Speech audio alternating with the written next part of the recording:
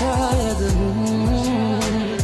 यकीन तुम हो मेरे चेहरे पे ठहरी एक हंसी तुम हो तेरा मिलना। আমার এত লজ্জা লাগছিলো যখন ঢুকি আমি, তারপর লজ্জা হচ্ছে বার করে যাচ্ছে, হাত পা ধুয়ে দিলাম।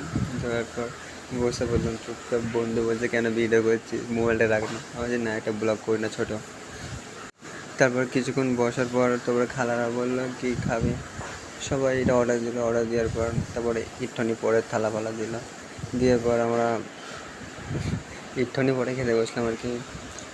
তারপরে কি মালিয়ামে বলছিলো, তখন আমার মাথা মানে ফুলে হ্যাঁ মালিয়ামে কি উল্টো পাল্টা বলে, কিছু বুঝতে পারছিলাম না আমি সত্যি কথা বলতে। তো খালা ভাত ফাত ভাগ করে দিলাম, সবাই খেলাম। তারপর আমার বন্ধু রাগ করছে, এখন গিলেই যাচ্ছে। ওর খাওয়া শেষ নেই, আমার খাওয়া শেষ হয়ে গেছে। আর সত্যি কথা বলতে জানো, এই গ্লাসে যেন লাল মদ দিয়েছে, আগে এইটাই ভেবে আমি খেয়েছি এক ঢোক, ঠিক আছে। গরম পানি, এতে ওষুধ ফষুধ দিয়েছে, ঠিক আছে। ভালো লাগে না গরম পানি বলে। আপাতত খাওয়া শেষ, খালো বলে জুস নিয়ে জুস খাচ্ছিলাম। তারপরে কি মালিয়ামে কি মানে এটা কি বলছিল বুঝতে পারি না, ইল্লে মানটা কি বললে চলে গেল। খালো এখানে পয়সা পেমেন্ট করে দিলাম, দেওয়ার পর আমরা ঘরে চলে যাচ্ছিলাম।